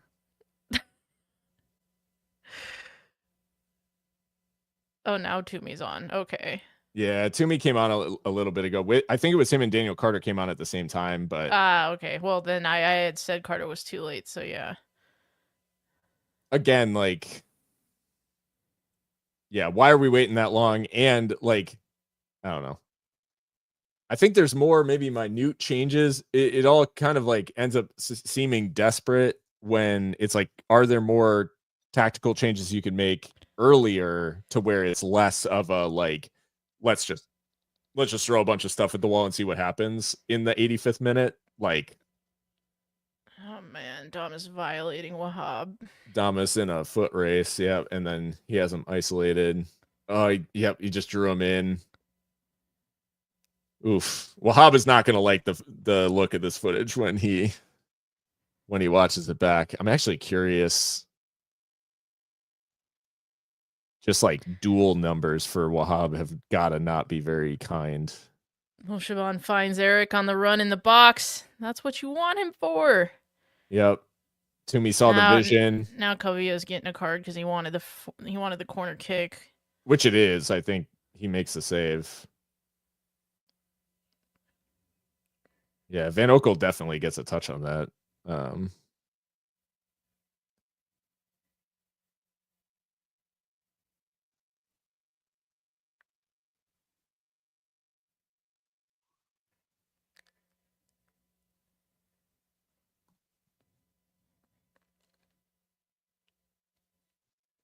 And yeah, that is. Oh, well, they were acting like it was full time because they actually took away the stoppage time counter, but the referee is saying he's adding more on because of additional time wasting. So I have no idea when this game is going to end. Not that it matters that much, but yeah. Man. Well, what was looking pretty promising from Locomotive early on turned into a bit of just a poor showing ultimately from. And especially the second half. I mean, Birmingham Legion really stepped up their level, and their shots were actually on target, and they were. Yeah. Which I suppose you would expect. I mean, this team is insane on paper, and they've just been underperforming. But we played into their hands by letting them dominate in the second half. I guess question is like they obviously had a very aggressive approach. Eric Avila and Birmingham had a very aggressive approach to making subs, whereas Locomotive really held their cards until they trailed, and 70 minutes in, they finally started making some changes. Do you think it's maybe it might be oversimplifying things, but do you think there's something to just the fact that their adjustments as Carter's into the box, foiled again, and corner given Locomotive's way? Is it just a matter of like Birmingham made adjustments and caught Locomotive out with making those effective adjustments? Yes and no. I mean, I think some of the players that were already on the pitch stepped up big. I mean, Danny Trejo was anonymous in the first half, and then in the second half, he was an absolute menace. So whatever was said at halftime clearly worked. But yeah, they were more proactive in terms of changing the game, and for us, it just wasn't enough. Got a bit unlucky sometimes. Obviously, the Carter shot off the crossbar, that hurts, and then a really rare souvenir mistake from Jamal Way. I mean, that's unlucky as well. So yeah, but yeah, we didn't take him to the sword when we could have. Well, it ends 3-1 to Birmingham Legion, and we've given people a lot of you said jump starting people's seasons, and unfortunately Birmingham Legion first win of the season at Locomotive's expense. And new manager bounce takes effect. The bounce was bouncing. Yeah.